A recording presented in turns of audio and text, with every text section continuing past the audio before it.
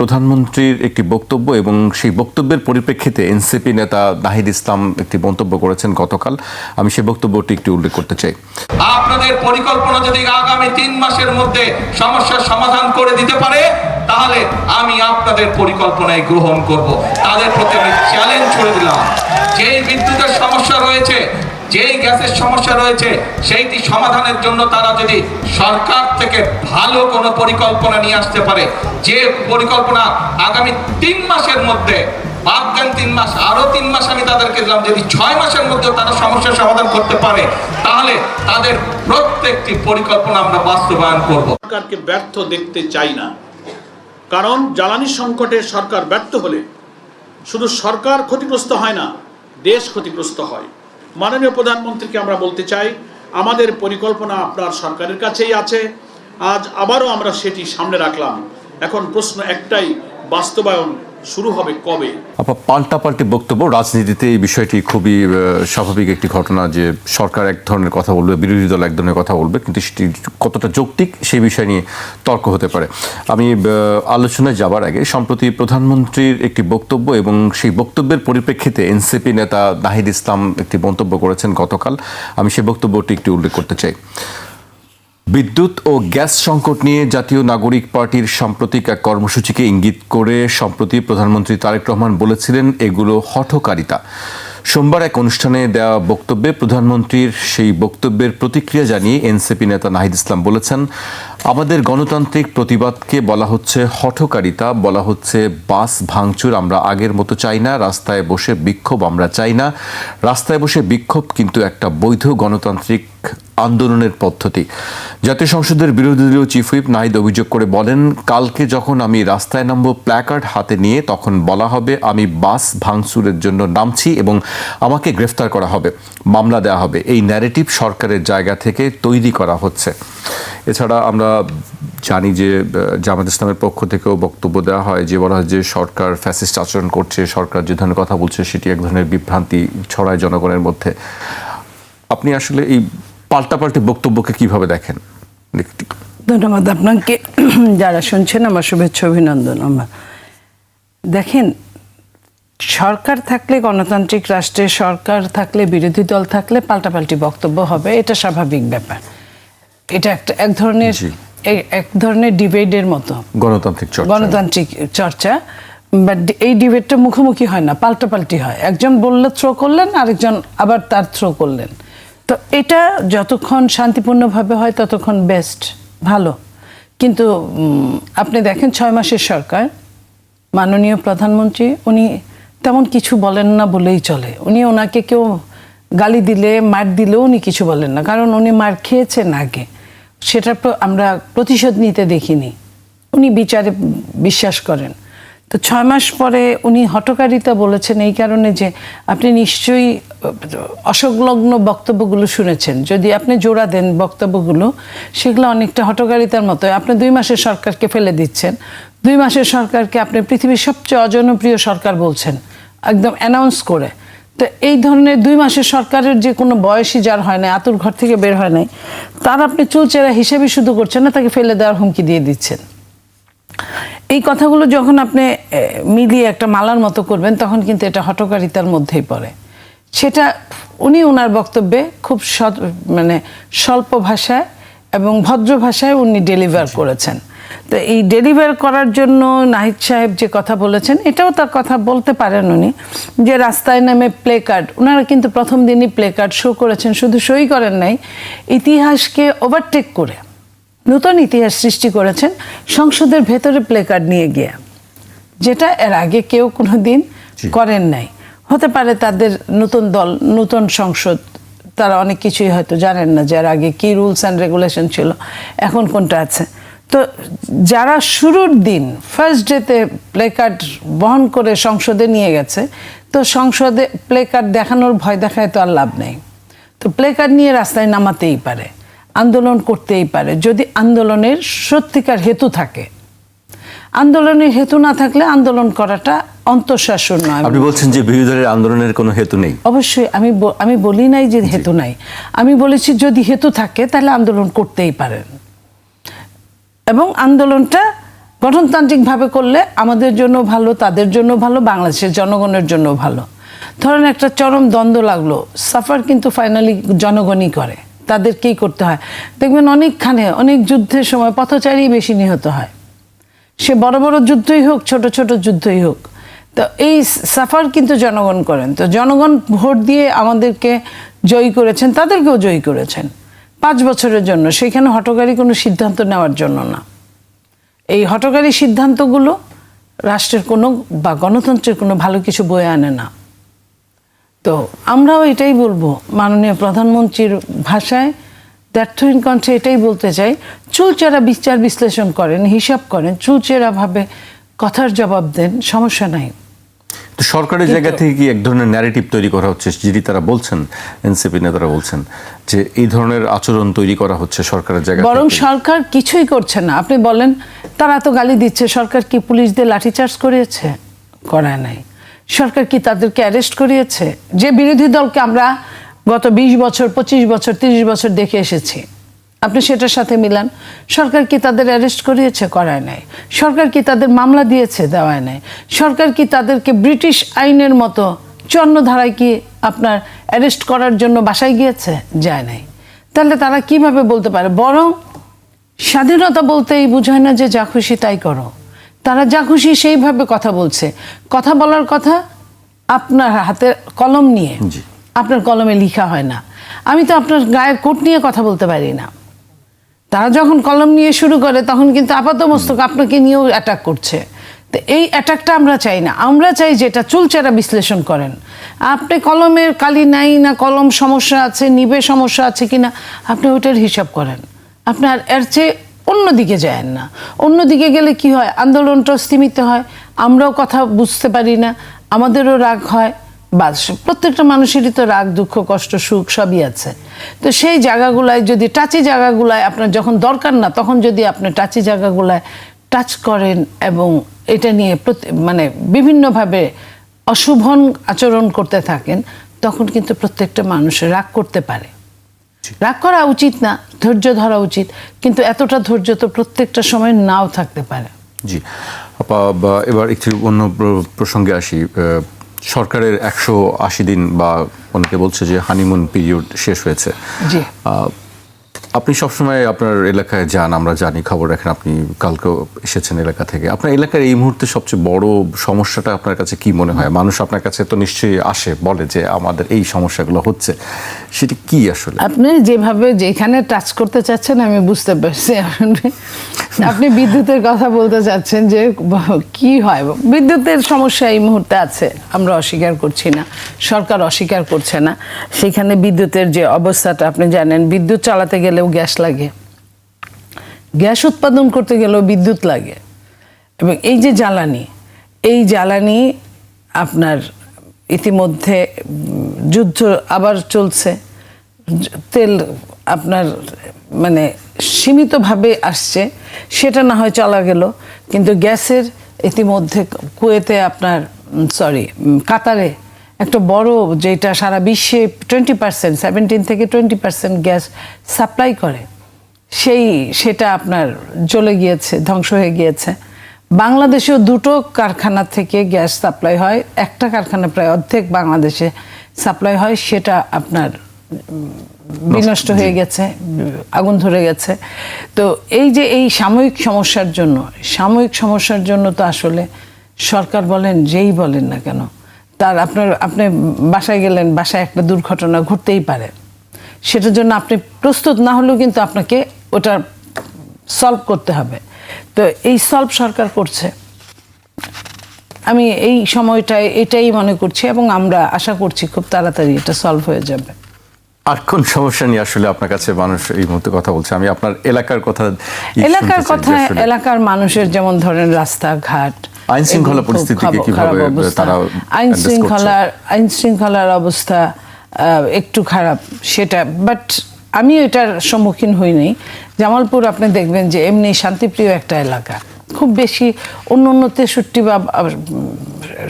63 জেলার মধ্যে 10-20টা যতটা সহিংস, ওরকম সহিংস না। তো কিন্তু কিছু যে হচ্ছে না তা না, আপনার সহিংসতা তো হচ্ছেই, এবং এটা ক্রনোলজিক্যালি যেমন বেড়েছে ক্রনোলজিক্যালি কমবে। সরকার চেষ্টা করছে, সরকারের স্বরাষ্ট্রমন্ত্রী আপনি জানেন যে সংসদে দাঁড়িয়ে বলেছেন আমরা খুব তাড়াতাড়ি এটা সলিউশন করব, কিন্তু কিভাবে করব এই মুহূর্তে আমি বলবো না। তো আমিও মনে করি যে আশা করি তিনি বারবার বলছেন যে উন্নতি হচ্ছে, দৃশ্যমান উন্নতি হচ্ছে, সেটি হয়তো তিনি তার একটি পরিকল্পনা আছে সেই বিষয়ে কাজ করবেন।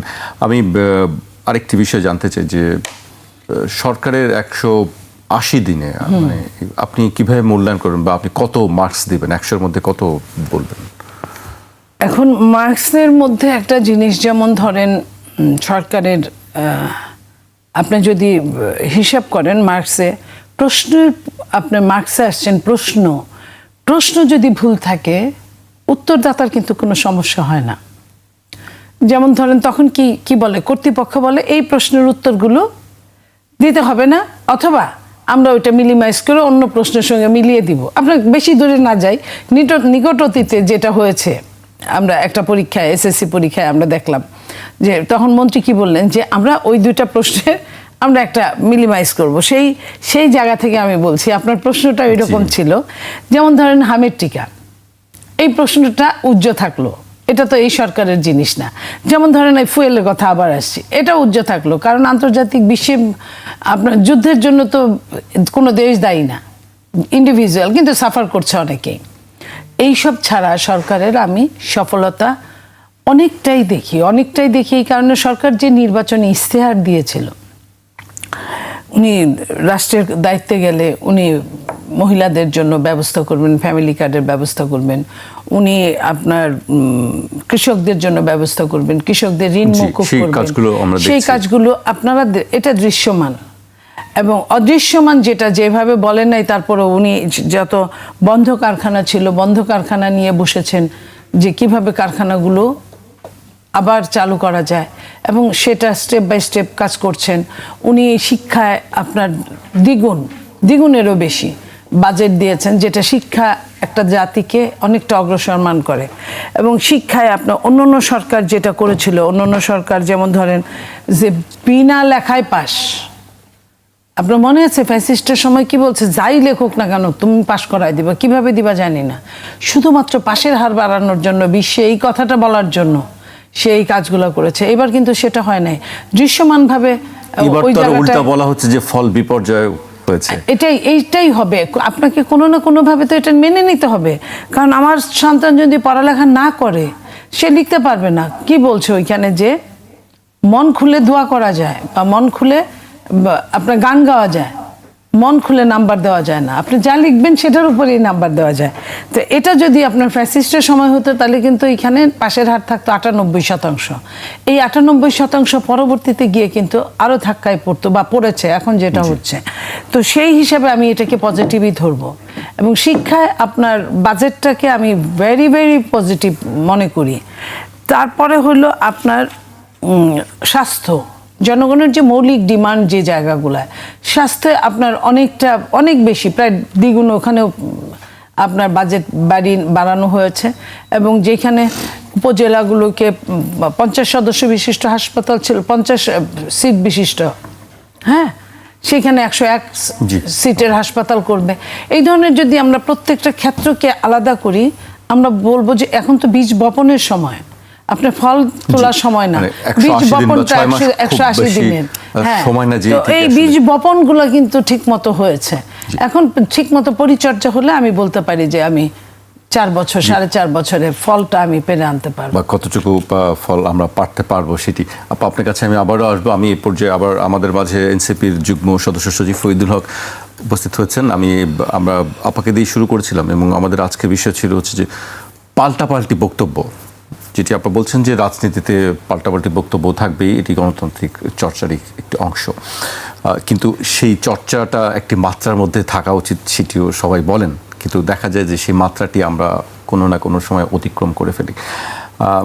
প্রধানমন্ত্রী একটি বক্তব্য দিয়েছেন গত শনিবার, যে বিরোধী দলের কর্মসূচিকে বলছেন যে এগুলো হঠকারিতা।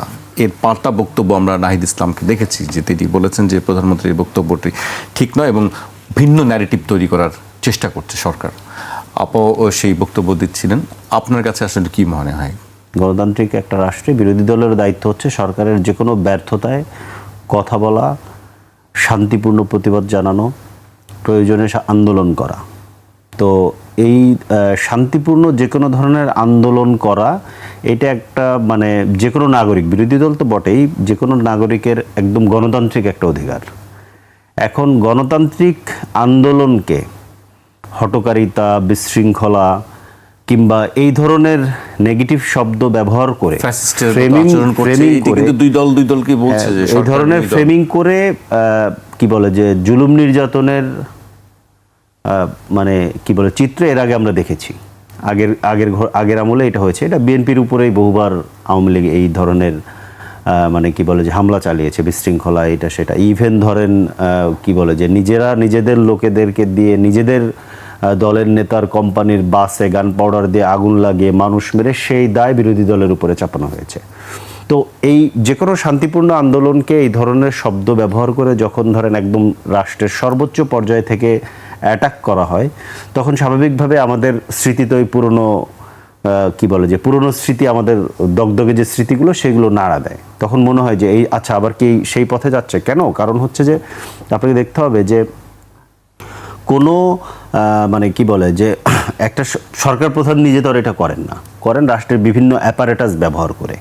এখন রাষ্ট্রের যে অ্যাপারেটাসগুলো ছিল গণ অভ্যুত্থানের মধ্য দিয়ে বেশিরভাগ অ্যাপারেটাসের বিরুদ্ধে আমরা দাঁড়িয়েছিলাম গণ অভ্যুত্থানের সময়। তো সেই অ্যাপারেটাসগুলো তো অক্ষত রয়ে গেছে, এবং এই অক্ষত রাখার পেছনে যাদের সবচেয়ে বেশি দায় তার মধ্যে বর্তমান সরকারি দলও আছে।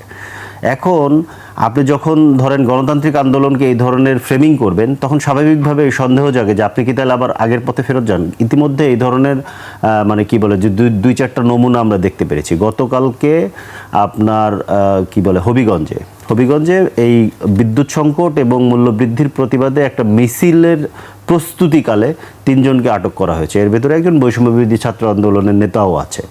তো এটা তো মানে আপনার বিদ্যুতের দাম বাড়তেছে এবং বিদ্যুতের সংকট আছে, এটা তো সত্য কথা। এখন নাগরিক হিসেবে যে কোনো নাগরিকই তো এটার জন্য প্রতিবাদ জানাতে পারে, মিছিল করতে পারে, সমাবেশ করতে পারে শান্তিপূর্ণভাবে। তো মিছিল প্রতিবাদে নামার আগেই যখন গ্রেফতার করা হচ্ছে, তার মানে আপনাকে আস্তে আস্তে সয় নেওয়া হচ্ছে। এটা তো একবারেই তো ব্যাপক মাত্রায় যায় না।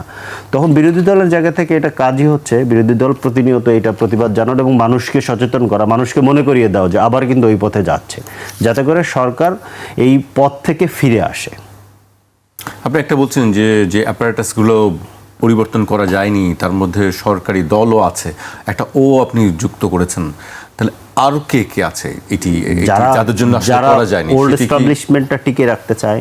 ধরেন প্রশাসন সংস্কার হয়নি, পুলিশ সংস্কার হয়নি, আপনার ধরেন যে সমস্ত গণতান্ত্রিক সংস্কারগুলো করার জন্য, যে সমস্ত প্রাতিষ্ঠানিক সংস্কারগুলো করার জন্য আপনার অধ্যাদেশগুলো জারি করা হয়েছিল, যে অধ্যাদেশগুলোর মধ্য দিয়ে আপনার ধরেন প্রতিষ্ঠানগুলোর গণতান্ত্রিক সংস্কার হবে, সেগুলো বাতিল করে দেওয়া হয়েছে। আপনার সংবিধান সংস্কার পরিষদকে বাতিল করা হয়েছে, গণভোটকে অস্বীকার করা হয়েছে। তার মাধ্যমে যেটা হয়েছে, বাংলাদেশ তো দেখেন, বাংলাদেশ কিন্তু এখনও আগের জায়গাতে আছে, এবং এটার একটা চূড়ান্ত উদাহরণ, মানে অনেকগুলো উদাহরণ আছে, আমি একটা চূড়ান্ত উদাহরণ দিই। আপনার একদিন পরেই তো আমাদের রাষ্ট্রপতি নির্বাচন, তাই না? রাষ্ট্রপতি নির্বাচন, আমরা এটা জানা কথা যে রাষ্ট্রপতি নির্বাচনে যেহেতু সরকারি দল সংখ্যাগরিষ্ঠতা এবং মানে কি বলে যে 2/3 মেজরিটি নিয়ে আছে, নির্বাচনের জন্য জেতার জন্য 2/3 মেজরিটি দরকার হয় না, সিম্পল মেজরিটিতেই হয়। তো তাদেরই তো জেতার কথা। কিন্তু সরকারি দলের চিফ হুইপ এসে হুঁশিয়ারি দিচ্ছেন যে এইখানে কিন্তু 70 অনুচ্ছেদ আছে।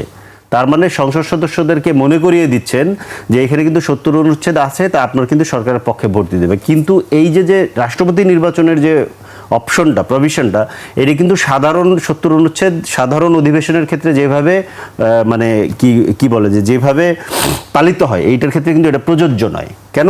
এই অধিবেশনটা হবে বিশেষ অধিবেশন, এবং এই অধিবেশনের সভাপতিত্ব করবেন কিন্তু নির্বাচন কমিশনার, চিফ নির্বাচন কমিশন। এটা কিন্তু স্পিকারের অধীনে হবে না, এবং এটার জন্য আলাদা বিধান আছে। এর আগে একবার রাষ্ট্রপতি মানে সংসদীয় ব্যবস্থায় আসার পরে 90-এর পর একবার রাষ্ট্রপতি নির্বাচন হয়েছিল, সেটার জন্য কিন্তু আলাদা আইন আছে যে কি পদ্ধতিতে হবে। এটা কিন্তু সংবিধানের 70 অনুচ্ছেদ যেই বিধানের ভিত্তিতে, এটা কিন্তু সেই বিধানের ভিত্তিতে না। কিন্তু খেয়াল করেন এইখানেও এত সিরিয়াস যে চিফ হুইপকে এসে হুঁশিয়ারি দিতে হচ্ছে তার দলের সদস্যদেরকে। এটা কিন্তু আমাদেরকে দিচ্ছেন, এটা আমাদেরকে দেওয়ার তো সুযোগও নাই। তার দলের সদস্যদের এখানে কিন্তু 70 অনুচ্ছেদ আছে, অথচ এই 70 অনুচ্ছেদ এখানে প্রযোজ্যই না। ইভেন দ্যাট যদি ধরেন প্রযোজ্য হয়, আপনার এই 70 অনুচ্ছেদ তো সংস্কার করব, সংশোধন করব, এটা নিয়ে তো আমাদের মধ্যে প্রায় একমত হয়েছি। হ্যাঁ, আমাদের কি হয়েছে, আমরা বিরোধী দলের পক্ষ থেকে আমরা যারা আছি, বেশিরভাগ দল, বিরোধী দলের বাইরেও বেশিরভাগ দল, আমরা যারা ঐকমত্য কমিশনে ছিলাম তারা আমরা বলেছি 70 অনুচ্ছেদ 2টা প্রবিধান থাকবে। একটা হচ্ছে যে অর্থ বিল এবং মানে ফ্লোর ক্রসিং, এই 2টার ক্ষেত্রে দলের সিদ্ধান্তের বাইরে ভোট দিতে পারবে না, বাকিগুলো ওপেন করে দেয়। সরকারি দল যেটা চেয়েছিল, তাদের নোট অফ ডিসেন্ট ছিল যে এই 2টার সাথে আরও 2টা চায় তারা, সংবিধান সংশোধনী এবং হচ্ছে যুদ্ধ পরিস্থিতি কিংবা জরুরি অবস্থা ঘোষণা, এই ধরনের পরিস্থিতির জন্য এই 4টা। কিন্তু এই 4টার মধ্যে দেখেন রাষ্ট্রপতি নির্বাচন কিন্তু নাই।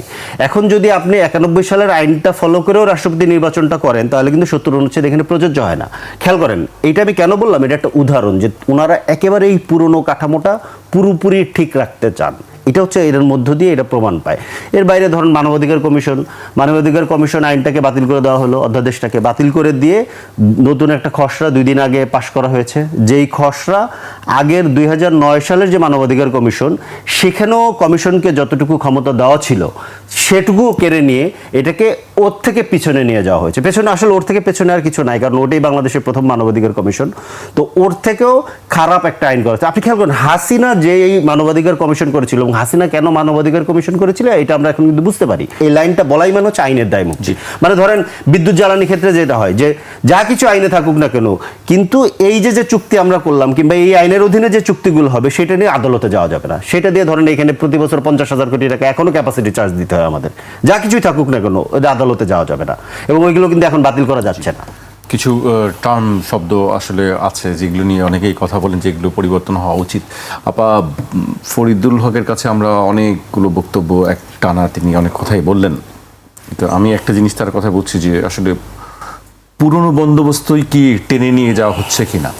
আসলে না, পুরনো বন্দোবস্ত কেন টেনে নিয়ে যাওয়া হবে? আপনি ফরিদুল যা বলেছেন তার ম্যাক্সিমাম 133টা অধ্যাদেশের ম্যাক্সিমামগুলো পাশ হয়েছে। যে কয়েকটা আছে এমবার্গো ছাড়া, মানে আপনার নোট অফ ডিসেন্টগুলো ছাড়া, নোট অফ ডিসেন্টের তখনই বলা হয়েছিল এগুলো আলোচনা পর্যালোচনার পরে আপনার সংসদ ডিসিশন নিবে কি করবে, সংসদের সংখ্যাগরিষ্ঠ 2/3 মেজরিটি যা বলবে সেটা হবে। এটা কিন্তু ইলেকশনের আগে কে 2/3 পাবে কে পাবে না এটা তো তখন বলা জানা ছিল না, তখনই বলেছিল। আর যেটা বললেন গুম নিয়ে, বিচার বিভাগ নিয়ে, সেগুলো তো মানবাধিকার কমিশন নিয়ে সেগুলো বলেছেন যে এটা প্রথম অধিবেশনে আপনার ওই সময়টা ছিল না, তো এগুলা চুলচেরা বিচার বিশ্লেষণ করে এই আইনগুলো আপনার সংশোধনী আনতে গেলে যাতে ভুল না হয় সেই জন্য সময় নিতে চেয়েছে, সেখানে কারো কোনো অবজেকশন ছিল না, নাম্বার 1। নাম্বার 2 হচ্ছে এরপরের যে অধিবেশনটা গেল সেটা সম্পূর্ণ বাজেটের উপর গিয়েছে, আর টুকটাক যেটা বাজেট সংশ্লিষ্ট বিশ্ববিদ্যালয়, বিভিন্ন স্কুল কলেজ, এগুলোর কিছু আইন পাশ হয়েছে, কিন্তু ওই সময়টা ছিল না চুলচেরা বিশ্লেষণ করার। তো সেটা আপনার হবে না তা বলে নাই, মাত্র 2টা অধিবেশন গিয়েছে।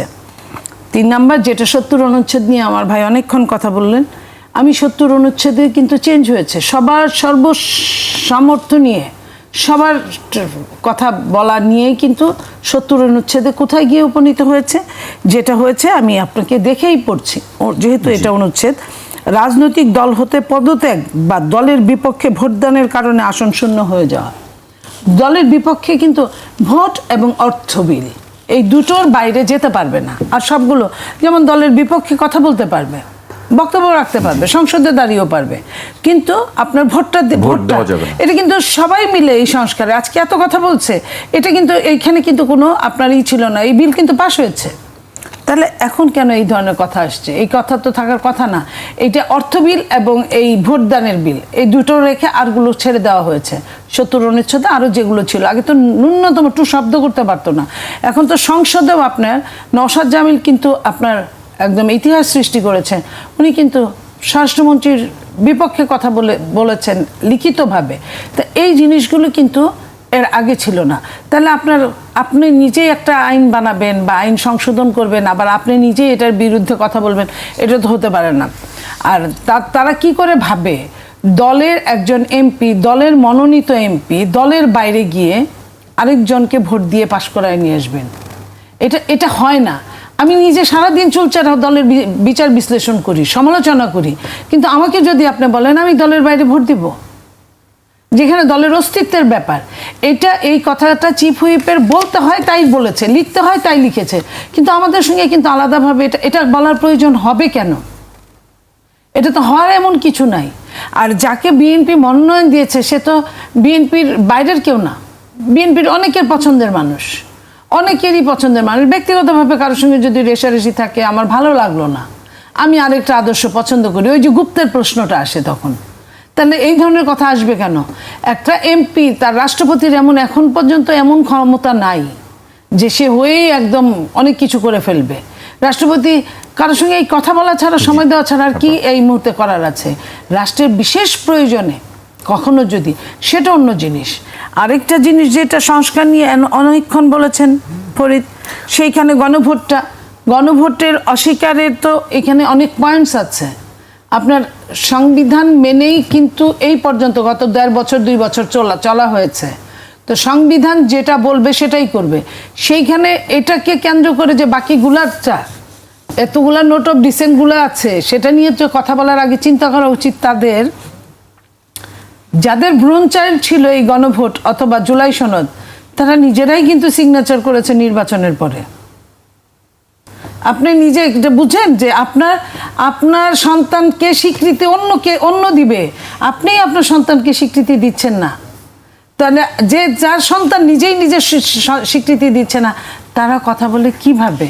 তাদের ওই বিবেকটা কি কাজ করে না যে আমি যেটাকে নিয়ে ছেড়ে দিয়েছিলাম সেটা আমি নির্বাচনের পরে, ইউনূস সরকার কিন্তু 1 মাস সময় দিয়েছিল তাদের, কিংবা কমিশন, আপনার সংস্কার কমিশন 1 মাস সময় দিয়েছিল, 1 মাস গিয়েছে, 2 মাস গিয়েছে, 3 মাস গিয়েছে, তারপরে নির্বাচন হয়েছে, নির্বাচনের পরে তারা সই করেছে।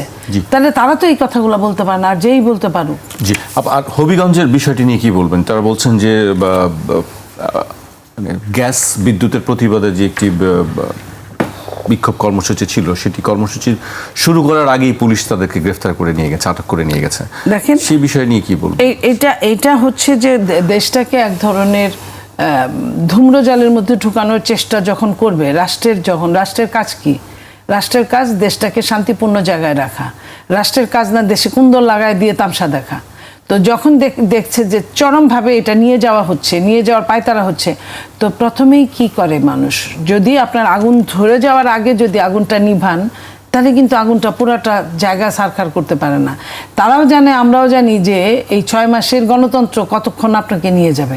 আপনি তো গণতন্ত্রকে অ্যাপ্লাই করার সুযোগটা দিতে হবে, আপনি তো অ্যাপ্লাই করতে দিচ্ছেন না।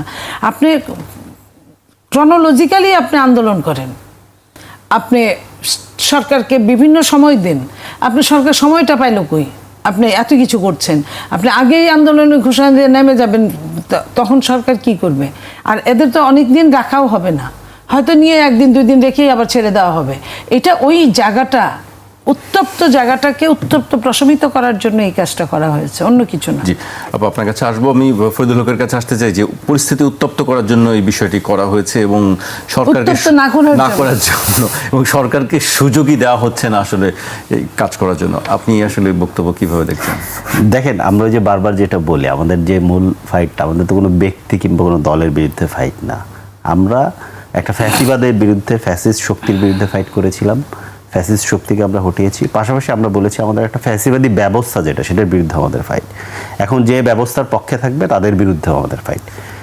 এই যে ধরেন মনিয়াপ্পা যে কথাগুলো বললেন না, আপনি একটু খেয়াল করে দেখেন, স্মরণ করে, ইভেন মনিয়াপ্পা নিজে যদি ধরেন মনে করেন একটু স্মরণ করে দেখেন, একই ধরনের কথা আওয়ামী লীগের নেতারা বলতেন। চুপ করো তো, ধরেন না, ধরেন হরতাল অবরোধের আগের দিন বিএনপির নেতাকর্মীরা বাসায় ঘুমাতে পারতো, ধরে নিয়ে যাইতো না?